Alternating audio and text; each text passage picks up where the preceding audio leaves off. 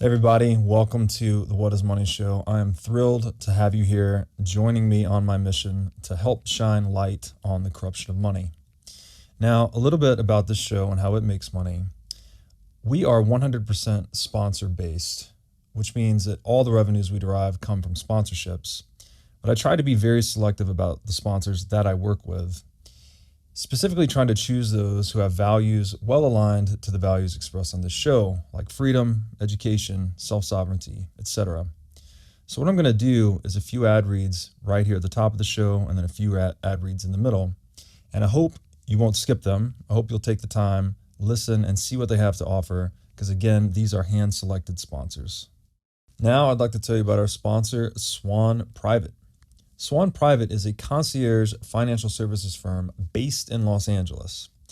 Now, I've known the Swan team for years, and these guys are laser focused on the Bitcoin mission. They even have a zero tolerance policy for all shitcoining. Recently, their CEO, Corey Clipston, was instrumental in calling out many of these crypto scams right before they collapsed, saving a lot of people a lot of money in the process. Swan Private focuses on guiding high net worth individuals and businesses on all aspects of Bitcoin strategy, including buying, custodying, and market research. This concierge service provides you direct access to a private advisor by text, phone, or email. So go to swanprivate.com/breedlove today to sign up. Now I'd like to tell you about our sponsor, Ledn. Ledn lets you do more with your digital assets. For instance, Ledn offers a B2X loan product that lets you leverage your existing Bitcoin to buy even more Bitcoin. Or you can also get traditional Bitcoin collateralized US dollar loans through Ledn as well. Ledn also offers both Bitcoin and USDC denominated savings accounts, letting you generate yield on your digital assets. Recently, Ledn has launched a Bitcoin mortgage product as well that lets you use Bitcoin to buy a home or finance one that you already own. So go to ledn.io, that's LEDN.io today to sign up. Hey everybody, welcome to the What is Money Show. Today we're going to do something a little bit different and play an appearance I did on the Survival podcast with Jack Spirko. So this is actually going to be an episode of his podcast where I'm being interviewed, and we will be talking about the topic of Bitcoin and survival. Jack asked me a lot of really good questions, so I thought this would be valuable to share with everyone. So here we go. And with that, I want to say, hey, Robert, welcome to the Survival Podcast and the Bitcoin Breakout. Hey, glad to be here. Thanks for having me. We got a technical issue here. All right, so I wanted to start out for people that don't know who you are. Can you give us a little bit about your background and tell us what made you come into the Bitcoin space in the first place? Yeah, I'll keep it brief, as I've shared this on other podcasts before, but my educational background is accounting and finance. I got a master's degree in accounting and finance. I was a CPA for a number of years. I worked in public accounting, so was really focused on optimizing tax strategies for high net worth individuals and investment vehicles. So I really got to see the belly of the beast up close in both education and professional life. And after leaving public accounting, I had been more or less been a career CFO. So mostly focused in the tech sector. And after I got out of that space, I decided that I really wanted to work for myself. I like to joke that I'm unemployable. It's just, I guess, once you've tasted the freedom of entrepreneurship, you kind of never want to go back.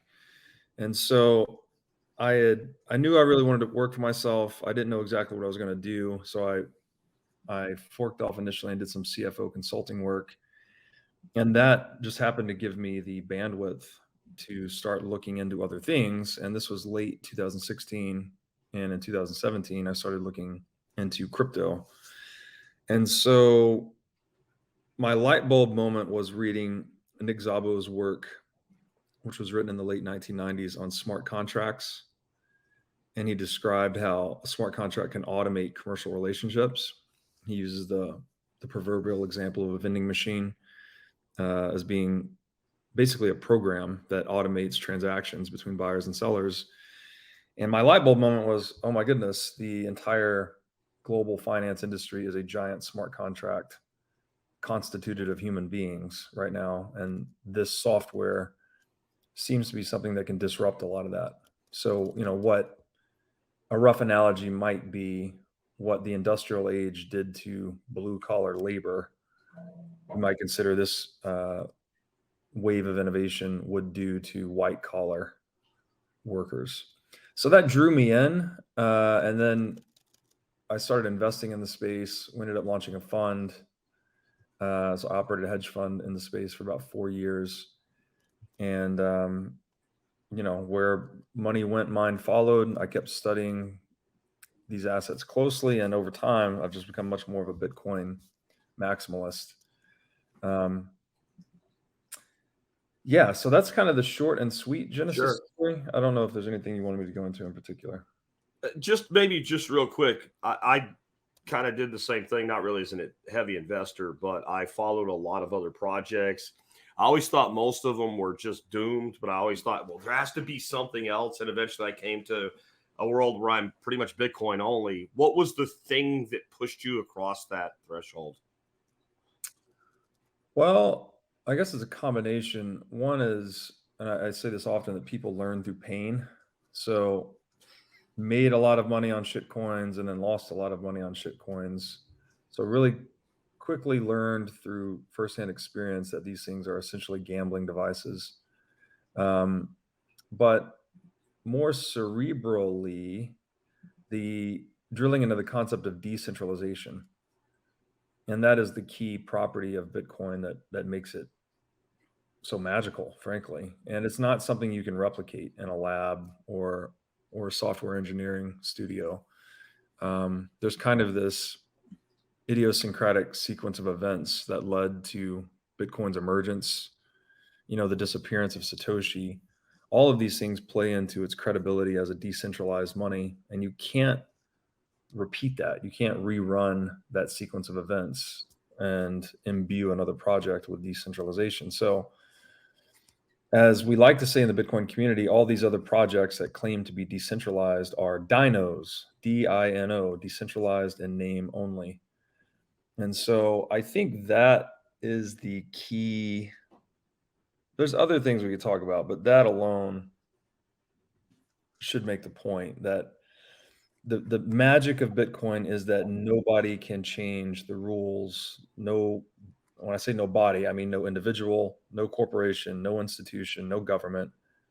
No one can change the rule set, and that makes all the difference, right? It's essentially this unassailable level playing field for money, that we finally have a money that is equitable and just for all participants. It's not a pyramid scheme, unlike the current implementation of money we have in the world called fiat currency, where those at the top benefit at the expense of those at the bottom of the hierarchy. Bitcoin does not do that. Bitcoin is open source, right? Nothing is hidden. All the rules are symmetrical. They're applicable universally and evenly to all.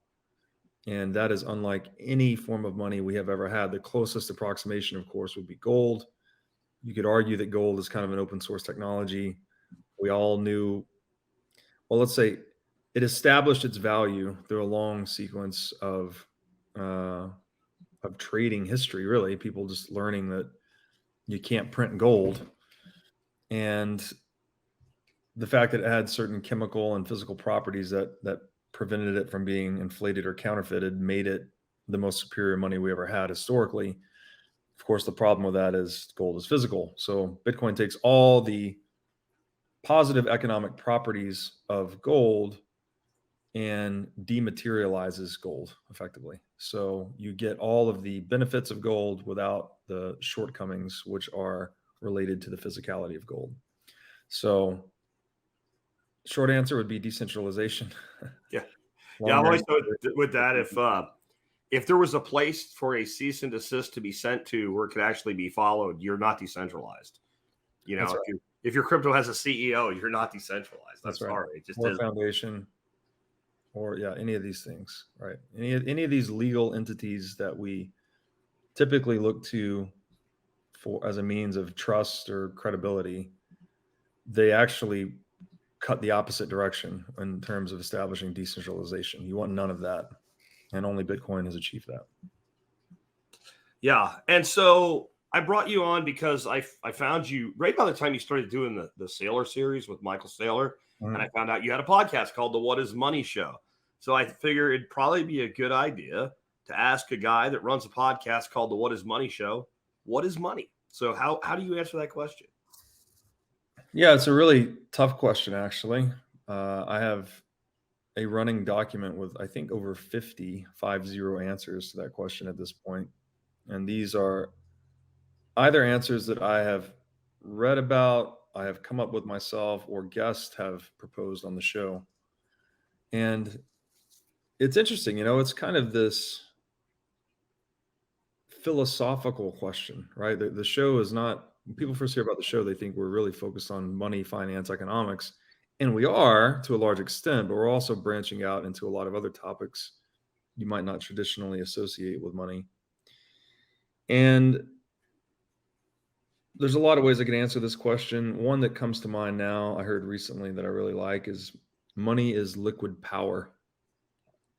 And now if you've seen the Saylor series, or you've seen the series I did with Jason Lowry, you'll probably have a good understanding of what I mean by that. But I'd like to speak to the definition of power, actually. I think the word is most often used in the sense of political authority, someone having power or say-so over the life of another person. But that's only one interpretation of the term power. There's this whole other domain that's extremely important, which is physical power, right? So I like to delineate political power and physical power. And physical power, there's a formula for it in physics. It's essentially joules moved per second, right? Energy moved over unit time. And that is exactly what we are trying to optimize for in the market process. We're trying to harness more physical power per unit of human effort. It's almost the same thing as describing productivity or wealth creation. We're just trying to accomplish greater results with less effort. So money has this interesting intermediate role where it is a representation of physical power, in the sense that gold was rooted in, you had to expend energy to discover, mine, and refine gold. That expenditure of energy that was necessary to produce gold is what secured its supply from being counterfeited or inflated arbitrarily. So gold is rooted in physical power, but the possession of gold gives one great political power. Because now, if this is the old Rothschild quote, he who has the gold makes the rules. So if I have the gold, I can pay soldiers and lawyers and all of these other things to create a society that I sort of run and tax and extract from. So there's this interesting ambivalence when I say money is liquid power, and that it is both a technology that is rooted in physical power, which constrains its supply, but it also affords its individual possessor or possessors great political power, in the sense that, basically one way to say this, the United States is the superpower in the world because we have the most gold, right? After World War II, we had the most gold in North America. So we intervened into World War II, declared ourselves victorious, and then we rewrote the global banking rules at Bretton Woods Conference, and declared ourselves effectively the central bank of the world, right? The dollar would be pegged to gold, all of the currencies would be pegged to the dollar, and this gave the United States the exorbitant privilege, as the French called it, to export inflation and import goods and services. So, anyways, that's one answer to the question, and I hope it kind of highlights some key points that we talk about on the show. I think you're dead on, and I think it makes a very good assertion of the total. To me, money is something that that has a value, but that value has to then be determined by the market. It has to be discovered across time. Right. And it's what money has traditionally been. Whatever humans have agreed within a given economy is money at that time. And over time, it seems that in general, the best form of money available to people at a time becomes the de facto standard. Whether the government wants it or not, eventually that happens. And that's why I, at some point, expect to see a much broader adoption globally of Bitcoin. And I think, so go ahead. People, to your point, people, and this is such a key insight that I hope more people absorb. People don't follow laws, people follow incentives. And when it comes to money, every individual has the incentive to hold the money that no other individual can print or debase or counterfeit or inflate. That is why we got gold. Individuals figuring that out across a long span of history. We figured gold is the hardest thing to print, debase, counterfeit, or inflate. So it became the premier store of value. And that's what Bitcoin has perfected, right? For the first time in human history, we have a monetary technology that decidedly cannot be printed, counterfeited, inflated. And that makes a world of difference. It's as if the entire process of capitalism has been zeroing in on this innovation. We needed a sound money to really make capitalism work, and to depoliticize the economic process. Which is to say, get government out of your pockets. Yeah. What we've been trying to do throughout all of human history, and Bitcoin is a tool that makes theft very expensive and therefore makes government less relevant. I get the question all the time, where should I buy Bitcoin? And my answer in general is, I don't really care as long as you don't keep it there. That's right. I don't, you buy it from Coinbase. Okay. As long as you're withdrawing it the second it's yours, then I don't care where you get it. I care that you keep it. And it's interesting to me that so many people still don't hold their own Bitcoin. And I think it's because we've been lulled into this belief that we're not capable of being responsible for ourselves. We need the banks.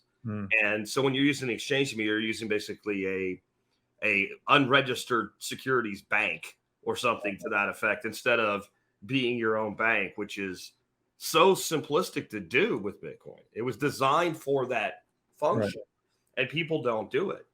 And I don't want to get deep. I mentioned real quick the FTX thing. I don't want to get that deep with you on it. I didn't know if you want to talk about it. That's why I asked, and I can tell you didn't really want to go that deep into it. But it's just another example, right, of why you don't do this. You don't let someone else hold your property, when one of the most valuable things about this form of property is you can self-custody it. That's exactly right. On the exchange topic, I'll do a shameless shill here. I'm an investor and advisor to Swan Bitcoin. Okay. And what I love about that service is it's automatic buy, automatic withdrawal to cold storage. So I don't do anything. I just say buy X dollars per day of Bitcoin and send it to cold storage. And it just does it every day. You do it per week. I think they do per minute, whatever frequency you want. And that, to your point, is getting the Bitcoin and then getting it off exchange, right? Yep. Getting it into self-custody. And only in self-custody are we able to realize the ultimate value proposition of Bitcoin, which is effectively zero counterparty risk, right? There's never been a digital asset that did not suffer from counterparty risk. And counterparty risk means you're basically trusting someone, or you're accepting someone's promise to money or to an asset rather than the money or the asset itself.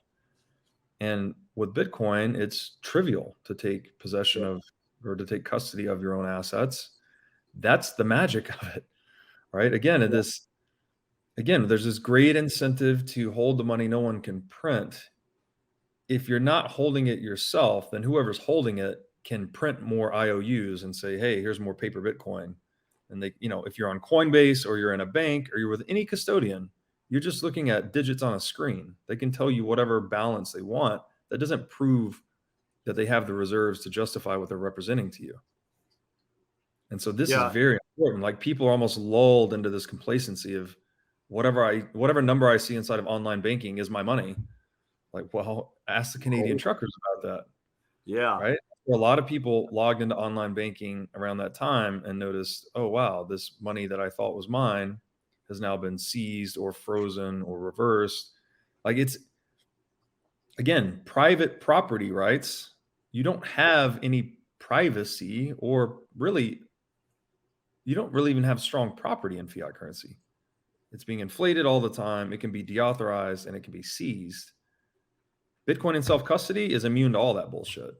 Absolutely. So Because if you're you not just want to be trusting someone else self-sovereign not and to screw independent, you. you have to have that. You're not just trusting them that they won't screw you or stab you in the back or however you want to put it, or seize your funds. You're also trusting they won't fail.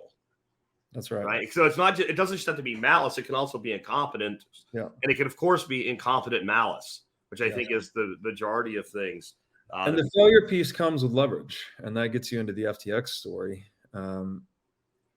These custodians or exchanges, which are often one and the same, are quite often taking possession of depositor funds, and then they're making bets with those funds. So this is like a custodial bank acting as an investment bank, and none of that is typically disclosed, right? It wasn't disclosed that FTX and or Alameda was taking directional leveraged bets in the crypto market space with depositor funds. Like, no one, as far as I know, they did not disclose that. And then what happens? Well, the tide goes out and you see who's swimming naked and they get fucking liquidated. Yeah. So again, the number you saw on the screen that you thought was yours vaporizes. And that just speaks to the importance of self-custody and not your keys, not your Bitcoin, right? It's that simple. And you've got to take it very seriously. So two things that I heard on the Sailor series, and I've heard you say a lot since, is that Bitcoin is hope and that Bitcoin is freedom. Can you speak to that? Yeah, I wrote a piece actually titled Bitcoin is Hope.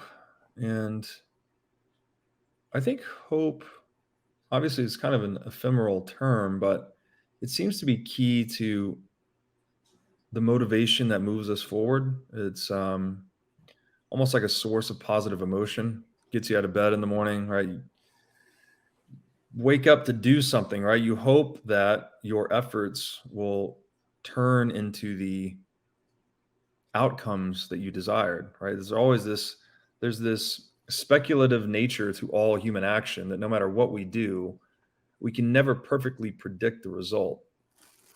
But in a game like fiat currency, you're further debilitated because you can't play the game properly, right? You can't store the fruits of your labor effectively across time, so you can't build an economic base for yourself.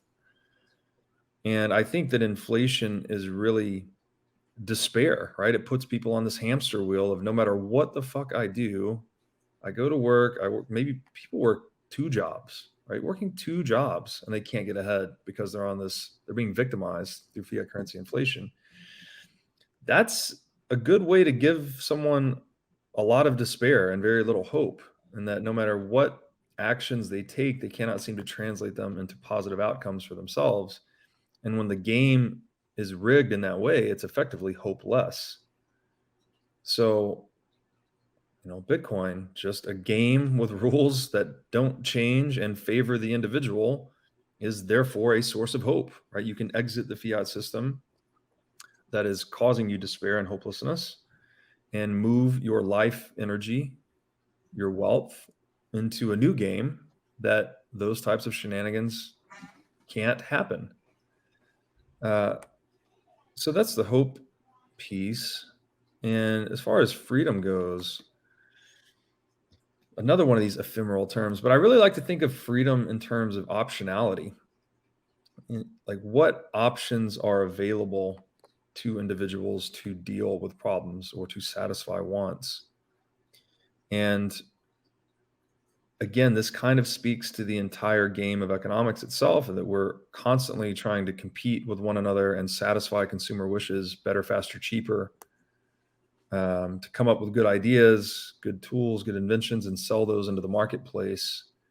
that gives consumers more options almost by definition, right? If you think of the caveman that wants to go from New York to LA, well, what are his options?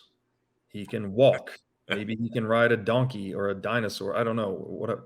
I guess cavemen weren't alive when dinosaurs were alive. So Yeah. call it a dinosaur. Some type of animal. You get a little bit into the Industrial Revolution, and all of a sudden we have automobiles, right? That'll get you from New York to LA a lot faster. So you have additional optionality on transportation because you can accomplish your aim with less effort. Again, the purpose of economics. And then, fast forward to today, and what do? We fly from New York to LA in 4 hours, no problem. Those are options that were not afforded to the caveman. So optionality is at least one aspect of freedom that I think is extremely important. And with fiat, again, you have this situation where central bank insiders are effectively stealing options from outsiders. They're stealing purchasing power. So if I had $1 million in a bank and I know that I like to eat $100,000 of steak per year, I've got 10 years worth of steak in the bank account. Well, if the central bank goes out there and starts inflating the currency supply, debasing the per unit value of currency, which is to say driving up the cost of steak, they can turn my 10-year worth of steak savings in the bank account into 5 years, right? If they double the price of steak. So they're robbing you. They're stealing options from you. And that is clearly coercive to human freedom. Also destructive to just human intercourse, right? No one likes to be robbed. It creates, puts a bad taste in everyone's mouth. It creates divisiveness, confusion, leads to violence often. And so Bitcoin, once again, just says, fuck you to all that. You can now hold your savings in a money that no one can do that to you. So you have this unparalleled degree of optionality in terms of being able to preserve the fruits of your labor across time. But you further have this unparalleled degree of optionality in your ability to move that capital anywhere in the world, right? This is just your private key is an alphanumeric string. Again, if you're in self-custody, you can move, put it on your brain and walk across a border with $1 billion on it. As the example, a lot of people like to throw out. I don't recommend brain wallets. I recommend geographically distributed multi-key or multi-signature custody schemas in which you and a trusted few basically have a key quorum and you can unlock it and move it. That way, that protects you from physical coercion, the $5 wrench attack and all that. But the point is, there's just Bitcoin gives the individual more options than he or she has ever had before.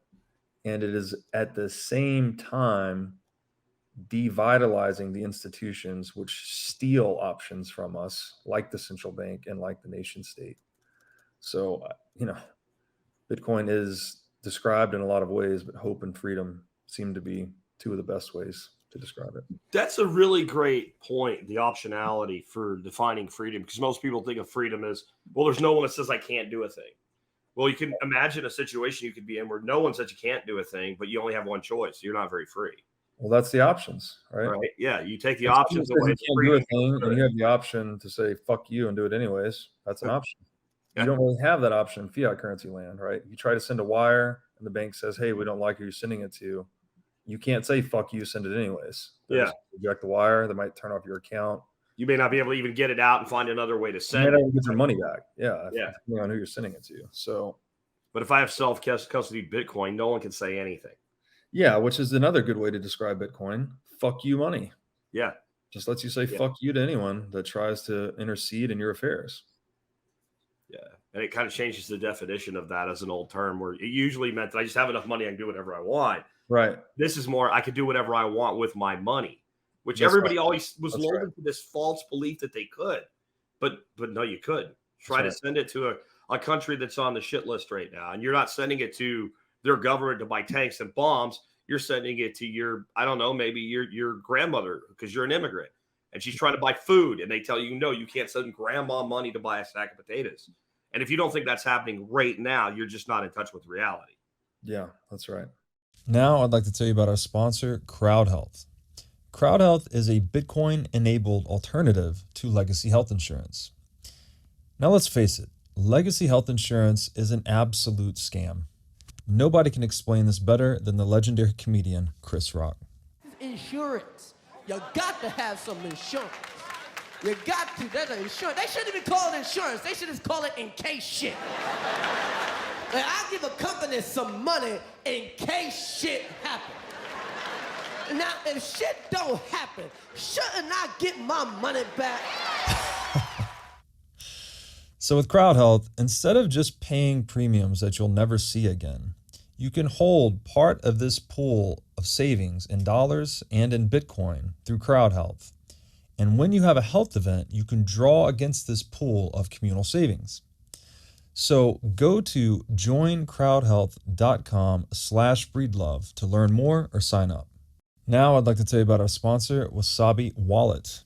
Wasabi lets you use Bitcoin privately while still maintaining full control over your money. Specifically, Wasabi Wallet is an open source, non-custodial wallet with privacy built in by default. By using Wasabi, you're effectively putting the private back in private property. Wasabi Wallet is an easy-to-use privacy wallet that can support any amount of Bitcoin transactions. So go to wasabiwallet.io today to download this state-of-the-art wallet software. Now I'd like to tell you about our sponsor, Masterworks. Masterworks gives you access to the fine art market at more affordable price points. They do this by offering you fractional shares in their $500 million portfolio of fine art.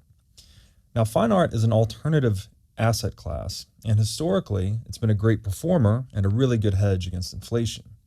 Most investors typically hold anywhere from 2 to 10% of their assets in an asset like fine art. To sign up or learn more, go to masterworks.com and use promo code BREEDLOVE. Now I'd like to tell you about our sponsor, Casa. Casa makes it simple to buy and secure your Bitcoin without wondering whether you're doing it right. Specifically, Casa provides a multi-key custody solution, which is by far the most secure way to custody your Bitcoin. Now, when I talk about Bitcoin being theft-proof money or inviolable private property, a multi-key custody model is exactly what I am talking about. Using multiple keys lets you maintain full control of your Bitcoin while also giving you redundancy in case you lose one of the keys. It's also the best way to secure your Bitcoin for inheritance planning purposes. So go to keys.casa, that's C-A-S-A, today to sign up and use discount code BREEDLOVE. The other side on the hope, I came up with this. I wanted you to see this, and I'm going to use it as a chance to pimp it to my audience anyway. After listening to you talk quite a bit about this, along with Michael Saylor, but with other guests and on your own, the concept of having this hope for the future.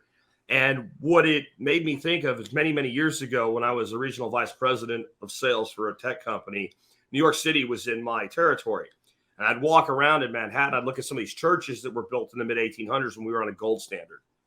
And I'd look at this one in particular, and the whole entire church is nothing but sculpture. Mm-hmm. Like you literally can't build that today in a fiat standard. You can't put a guy up there with a chisel for 10 years for his one piece of the church. It won't work. It won't happen. We don't build things like that anymore. And hope is the future. So when you were talking about hope and how you have the potential for tomorrow to be better than today, when you don't have that, it's a very dangerous situation. No person ever committed suicide who in their mind had hope that tomorrow would be better than today. When you get to the point where you say, this will be the best it will ever be for me ever again, and I'm miserable, that's when people put a gun to their head.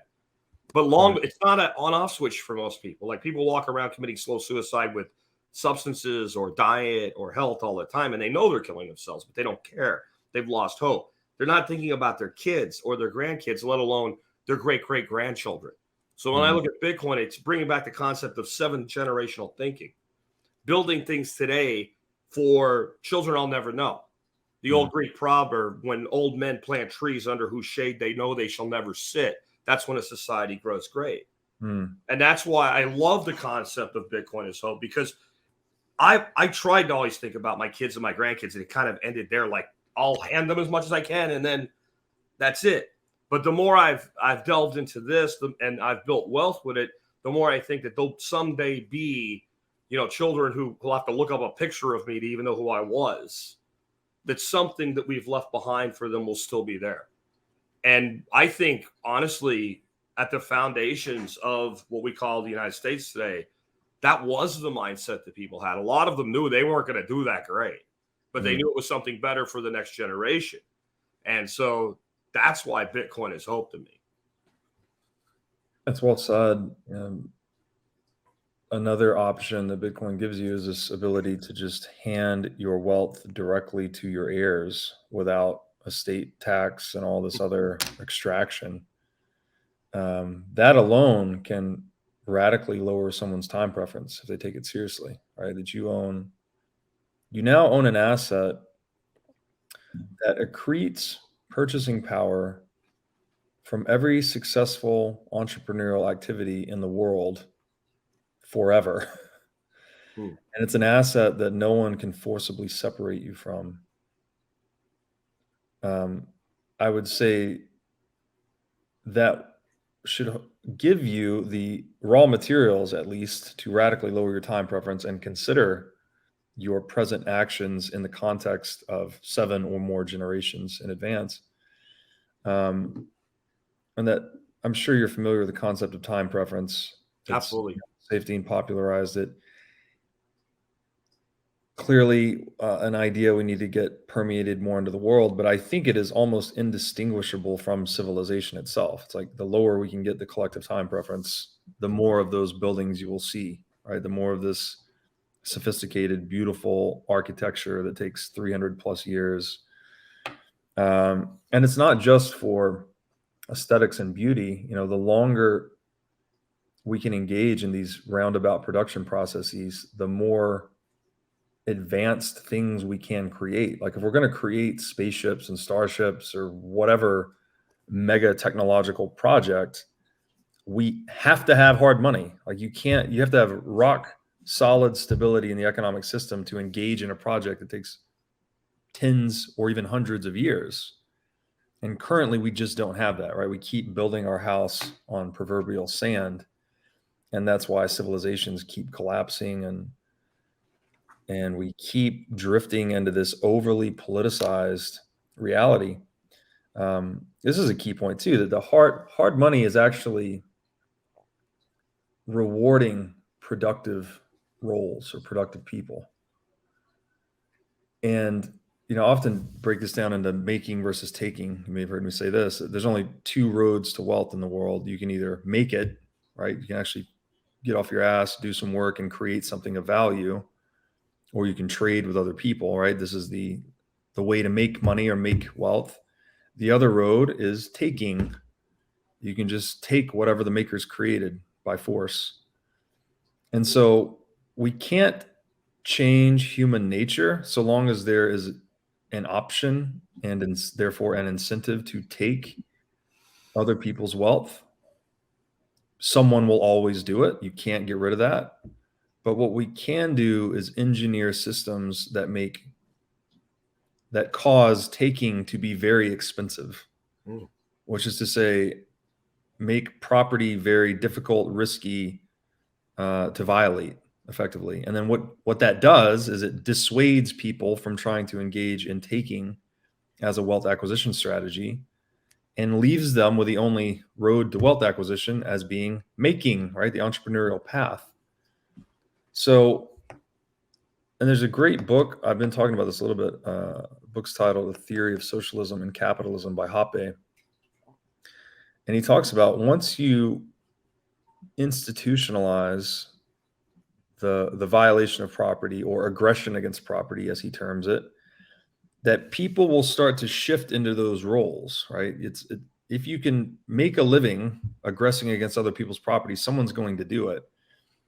And this is obviously bad for the people that are being aggressed against, but it's also bad for the aggressor, because what's happening is the aggressor's skill set and personality starts to shift towards this political role that they are fulfilling to acquire wealth. So, deception, intrigue, bullshitting, all the typical skills you would associate with a politician. more people start to fill those roles, and more of their individual character development, the path of their individual character development, starts to go away from productive roles and towards political roles. So there's this, and when you understand that the debasing of money is an aggression against private property, that's all it is. This is the key connection, I think, between the corruption of money and the corruption of man. When we corrupt money, we're institutionalizing aggression against private property. You institutionalize aggression against private property, you're incentivizing people to adopt non-productive political roles as a means of making a living, frankly. And then they start to forget, right? It changes their personality, it changes their moral composition, it changes their character, that they become normalized in this political structure that they inhabit. They forget their productive skills, or they fail to learn them. And so over time, what happens is the more rapidly you debase the currency, the more rapidly you're aggressing against private property, the more extensively you're incentivizing people to adopt political roles rather than productive roles. And this destroys the moral composition of the world. It raises time preference and actually destroys civilization. When you're increasing the aggregate time preference, and time preference at the collective scale is indistinguishable from civilization, you are actually pouring like corrosive acid on the binding material, the connective tissue of civilization, and it starts to break down. And that's what's happening right now. That's why people are fucking crazy. That's why we're going through this woke nonsense and critical race theory, and no one knows their gender. Like, all of this stuff is connected, I think, to the debasing of currency. I completely agree. And I want it all. I want it now. And when that becomes what everybody is saying, it might have been a decent song, but probably not a good way to run a society. Want it all, want it now. And it's led to so many of the problems that we have. A lot of the things, if you look at the nutrition in our system and the food system, how much can I get for how little, how quick? Mm-hmm. And then look at the health of people as we've adopted that mindset. It's just declined over time.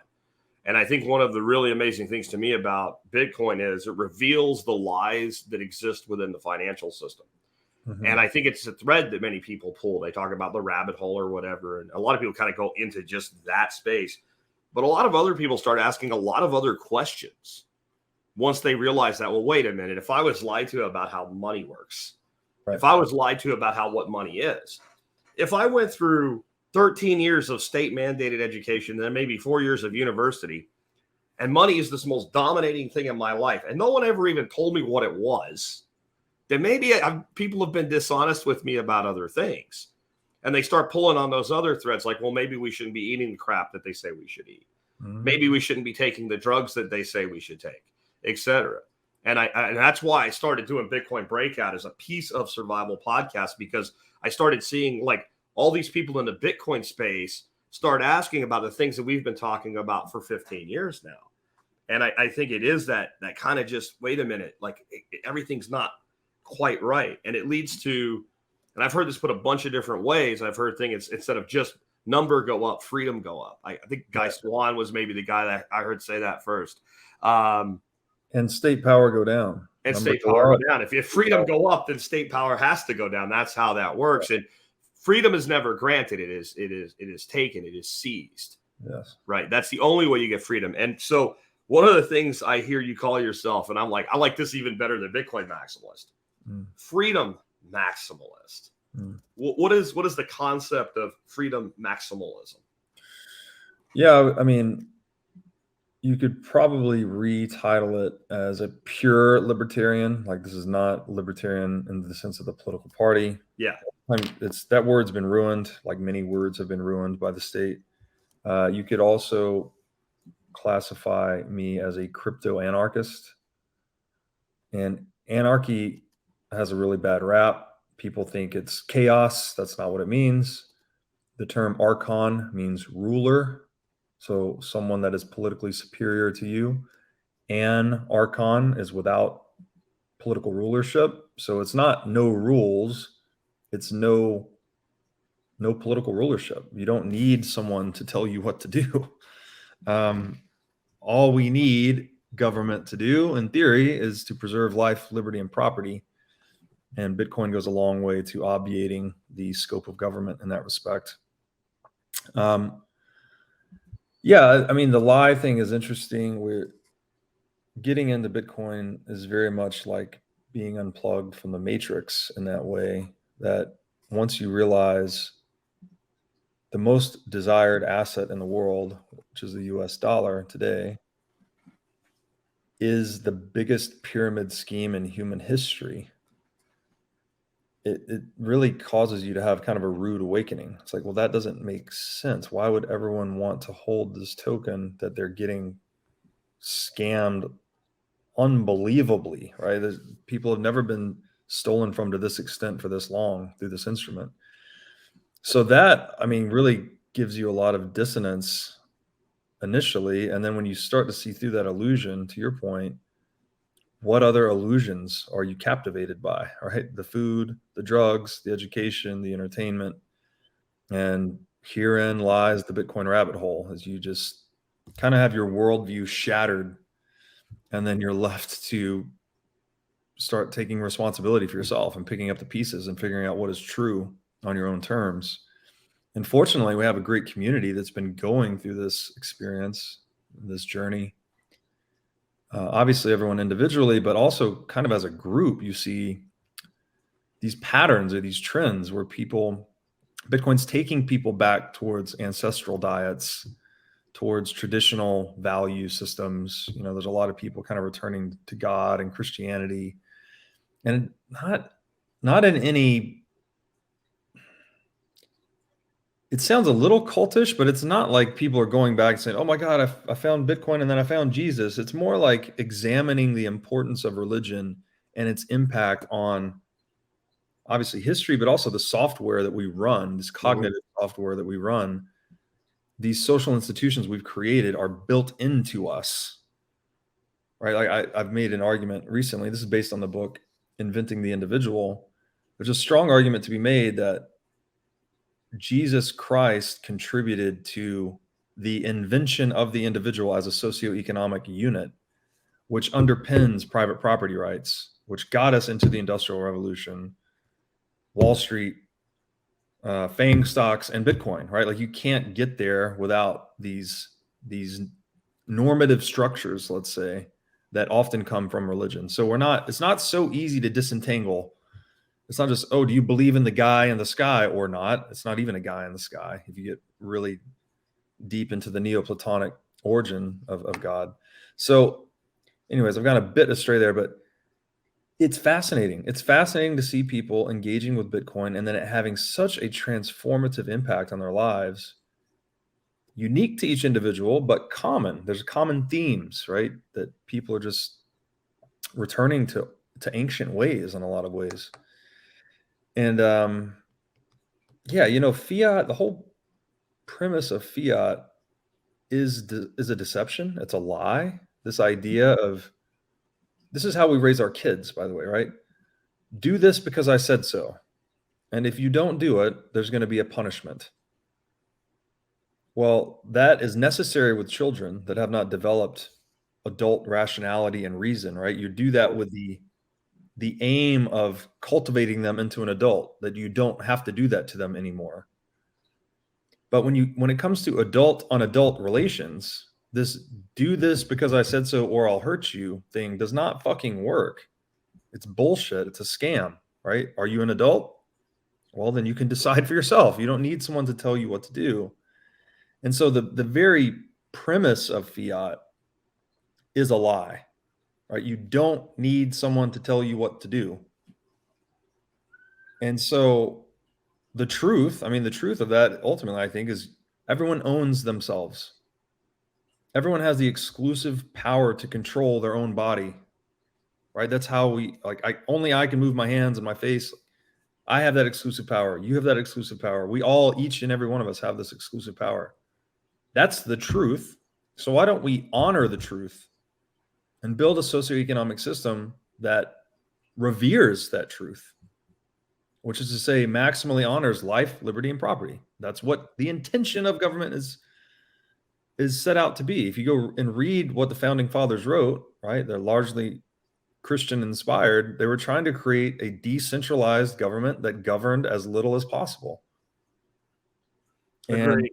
we did it sort of okay in the US for a little while. And now we're going towards this complete centralized shit show. Thanks to the implementation of the Federal Reserve in 1913. So hopefully Bitcoin is just an extension of that vision of the founding fathers. We just need to leave people alone. Everyone mind their own business. And if we want to interact, let's interact on a purely consensual basis. Yeah, I have said I believe that had there not been slavery as a divisive issue at the time of the revolution, that the Declaration of Independence would have said life, liberty, and property. But given it was such a tenuous issue between the northern and southern colonies, it's like, that could be contentious. So we'll go with pursuit of happiness. Right. Yeah. Because I've heard some arguments about that term happiness having some deeper Christian meaning in it, but I'm with you. We 1215 Magna Carta, life, liberty, inviolable property. That's what every fucking constitutional document should say, because that's all you need. Once you have life, liberty, inviolable property, you can go pursue all the happiness you want. And you do it in a way that's not treading on the happiness of others. My self-interest stops where your self-interest begins. It's really simple. Inviolable property. It's very simple. It's really simple. As you might imagine, you're speaking to friendlies when you're speaking of anarchism here. Yes. From the flag behind me, right? Yeah. Yeah. My right to swing my fist ends where your nose begins. Yes. And it's so fucking obvious that I can't believe it's sad, honestly, to see people arguing against it.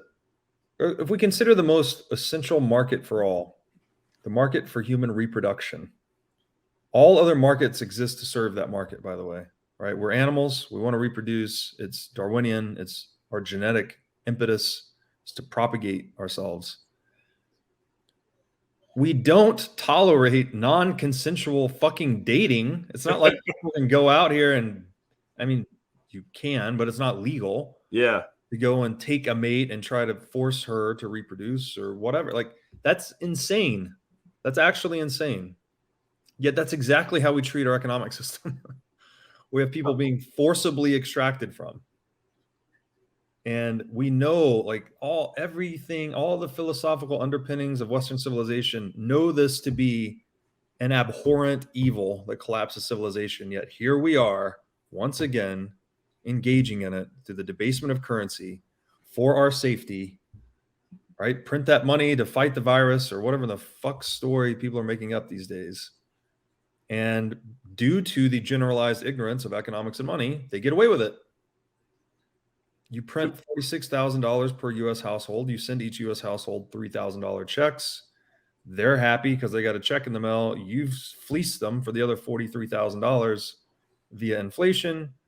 Rinse and repeat. So, I hope that this type of dialogue that we're engaging in is helpful in reducing that ignorance over time and hopefully eventually collapsing the scam that is statism.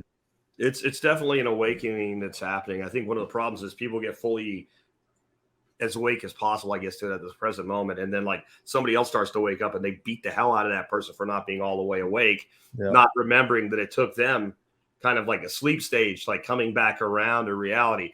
Because there's a word for all this and why people make this deal with the devil, basically. And it's domestication.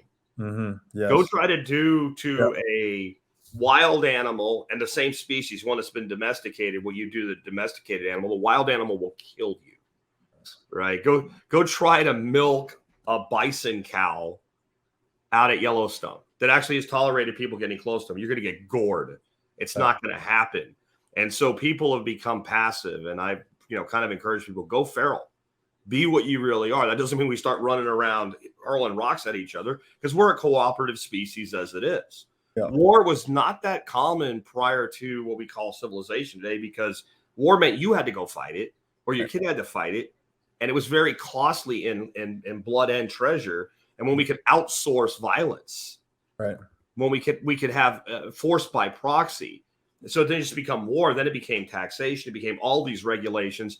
And I don't think people even get in their heads that when they push a button for, Ask Clown A over Ask Clown B in the next election, Right. you're voting for force by proxy for the things you want on Right. peaceful people. And I asked the question, what are you willing to use violence and force on peaceful people to have? Mm-hmm. And then people get really mad when you do that. I'm sure you've had the same experience. They get really upset with you. Yeah. Oh yeah. And it's like, you're not mad at me. You're mad at the question. You're mad at the answer to the question. You don't like the answer to that question.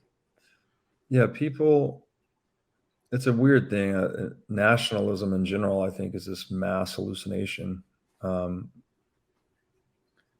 People get they get their identity very wrapped up in these lies. And then once you say something that perhaps throws some light on the lie, or maybe shows some chinks in the armor of the argument, or starts to crack it in any way, they rise to defend themselves because it's been integrated into their identity. I've seen this with a lot of older people, a lot of older rich people. I mean, thinking like my rich aunt that thinks the US dollar is like, oh, it's this thing that makes us great and you can't talk bad about it. Otherwise you're going against God. Almost like she very much deifies the nation state, like the United States, right? She thinks that, I don't know, it's really bad. It's very pernicious because you're talking to the victims, not my aunt necessarily, but like on Twitter, I'm thinking, hey guys, this debasement of currency is being used to extract your life energy and purchasing power. So inflation and taxation are theft. Let's do something about this. And then the very people that are being taxed and inflated will rise to the defense of the state and say, well, what about the roads? What about the schools? What about this? What about that? Like, yeah. What in your fucking mind makes you think there's anything that can be built with non-consensual exchange that we can't build more efficiently with consensual exchange? Like I can't think of anything more obvious. I can go back to the dating example. It's like, okay, we want to be fruitful and multiply. We want a lot of happy people making a lot of new happy people. Should we do that with consent or non-consent? Like, how do we maximize the number of happy people we create? Is it consensual sexual activity, or should we have people going out here raping people to make new people? And this is a very, like, people freak out about this comparison, but it's literally just the performative dimension of consent.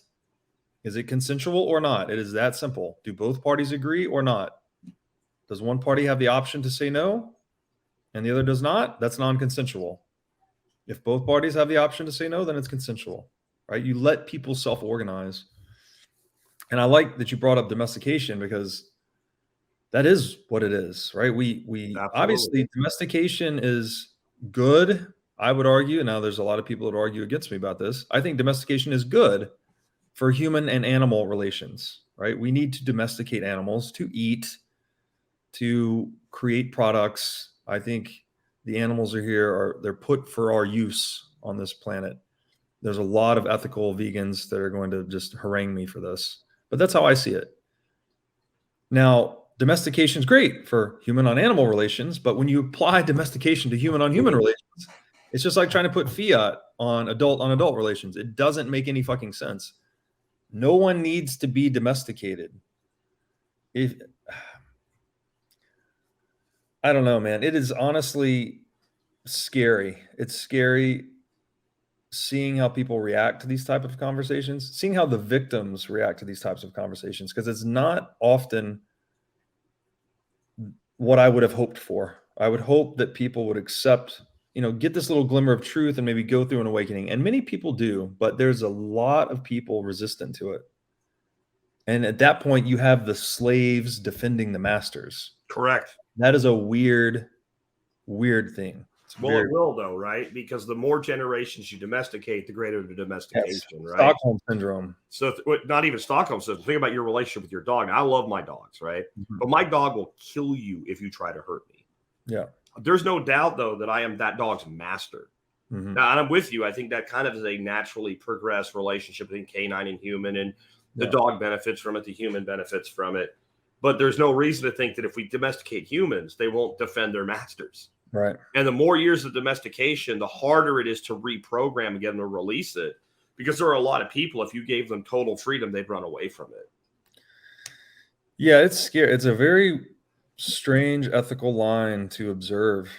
And I don't know, maybe some people have been so conditioned into domestication that they're happy doing that at this point, and all of this freedom talk is extraneous for them, maybe. But man, that just seems like it's very restrictive on human potential. Like if we're busy domesticating one another, then we're not busy innovating and solving problems and going to the stars. Like we have so much great fucking potential, but we keep engaging in these self-destructive patterns. And I guess the great promise of Bitcoin is something that just inhibits some of that self-destructive tendency that humans exhibit. Can you talk a little bit, as we get here near the end, I want to be respectful of your time today, but about the first principle in exchange, right? Like, I think that shows right now the power of Bitcoin. Because I hear this, is it a medium of exchange or is it a store of value? And I almost think, it kind of has to be both, or you don't have either. Yeah. So I wrote a piece about this saying exchange is the first principle. And this one's really difficult to talk about, but there's a physicist named Brome, and I think he described reality as an unbroken wholeness. So we often think, we have this reductionist mindset, and this is all left hemisphere, that we try to categorize things. We put things into buckets and words, and we're always reducing and categorizing. And that's how we deal with the complexity of the world. That's what we're doing with language too, right? We're mapping meaning of individual words onto things or concepts in lived experience.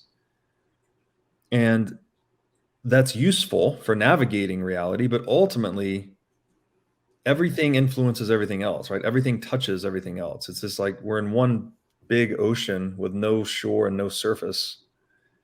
It's all energy, right? It's people have energy, instruments have energy, buildings have energy. And so the constant interrelation of all these systems of what, your body's a system, you live in a social economic system, there's a moral code, there's legal codes, there's all these systems vibrating around you all the time. The means of interrelatedness between all of them is exchange, right? So the whole universe is constantly engaging in exchange with itself. So that's way out there, way deeply philosophical. But if you look at the etymology of the word God, actually, and you go to the Proto-Indo-European root, you find the word gut, G-H-U-T. And if you look into the definitions of this word, I think it has 4 definitions, 2 of which are to return and to barter or exchange. So God is, and again, etymology is so interesting because language is open source software, right? It's not like there was a government that decreed the meaning of this word and it went on across time. I mean, maybe there's some edge cases, but if you really get into etymology, it's like walking backwards through the developmental pathway of this open source software we call language.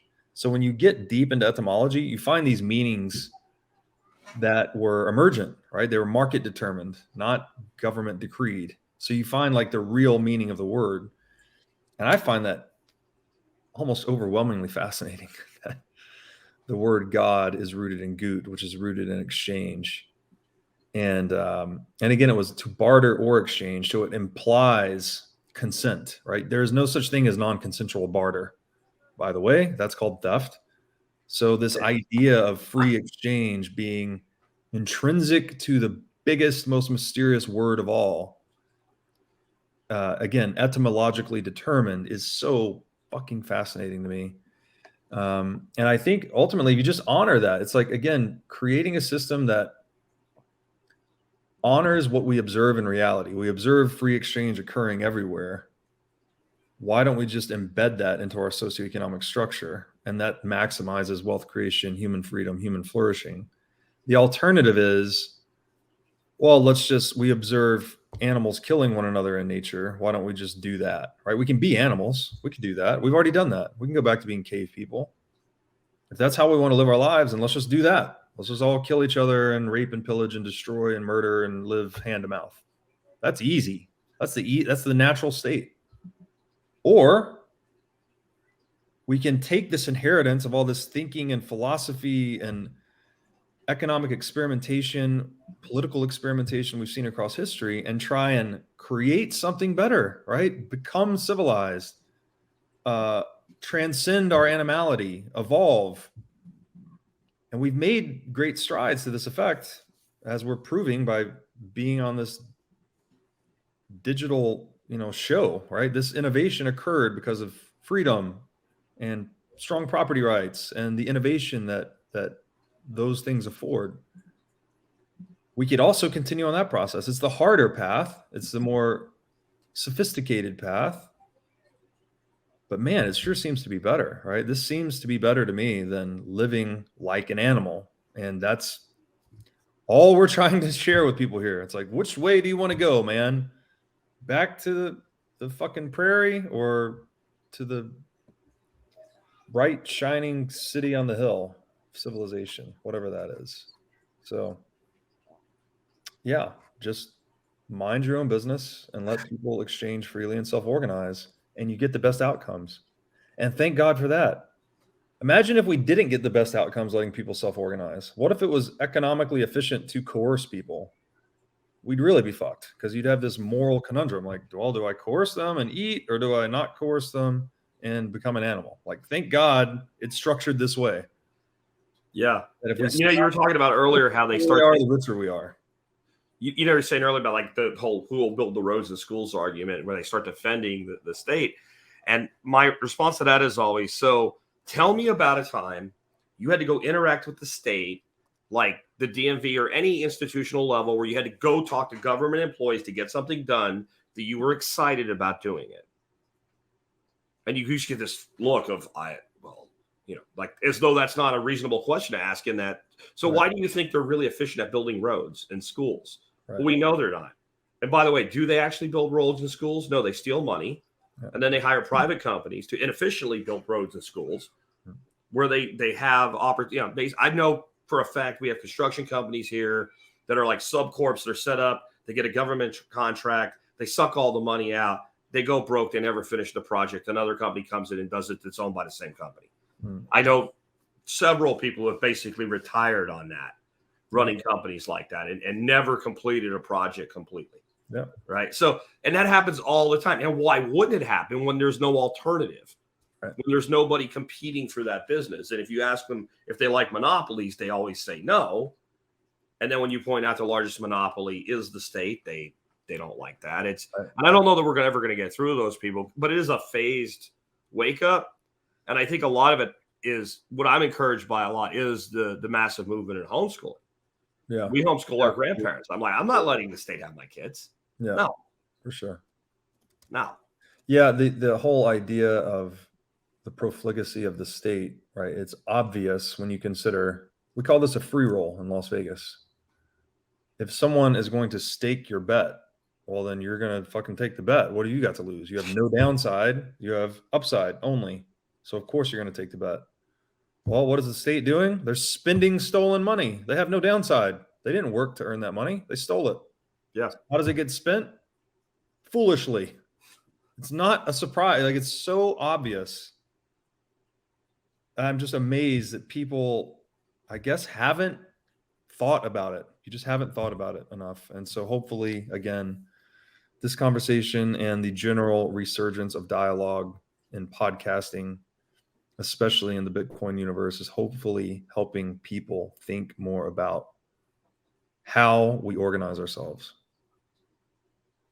So last one I have on the outline here from you is that Bitcoin is a global declaration of independence from the central bank tyranny.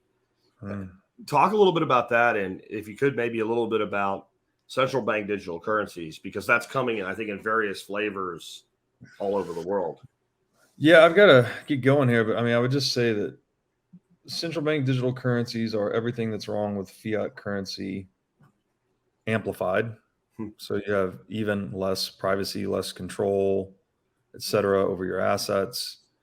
It's very likely that it will become part and parcel to a social credit scoring system like we see in China, where if you don't do what you're told, talk how you're told to talk, and act how you're supposed to act, you'll get your money turned off selectively based on government policy, which is just a totally fucking Orwellian dystopian nightmare. And Bitcoin is a declaration of independence from all that bullshit. So if you don't want to live in the modern Orwellian slave complex, then you can hold freedom money, which is Bitcoin, and do as you please. And I said I'd respect your time and get you out an hour was about where we are from the scheduled time anyway. You rolled a little early, but get a good plug in for the work that you're doing right now, Robert. Tell people how they can learn more about it. And for those in the video, I've got your podcast website up on the screen. Yeah, podcast website is whatismoneypodcast.com. It's got links to all the socials there. My biggest social media platform is Twitter. I'm at Breedlove22. That's BREEDLOVE22. Shoot me a DM. I'm very passionate, obviously, about all this, and happy to be participating in what I consider to be my life's work, and hopefully helping push the world in the right direction. So anyone else that's out there that's trying to do something similar, feel free to reach out. Well, and I really appreciate you taking the time to be on the show with us today, Robert. I will have links to your everything you sent me, all your social media sites, your podcast website, etc. I also have links in the show notes today to the Sailor Series book that you guys put together. I remember listening to that and going, this needs to be a book too, along with a few other things. And that will turn up about 1 hour after we sign off of the live feed. Thank you for being with us today, man. Thanks, man. This is great fun. Thanks for having me.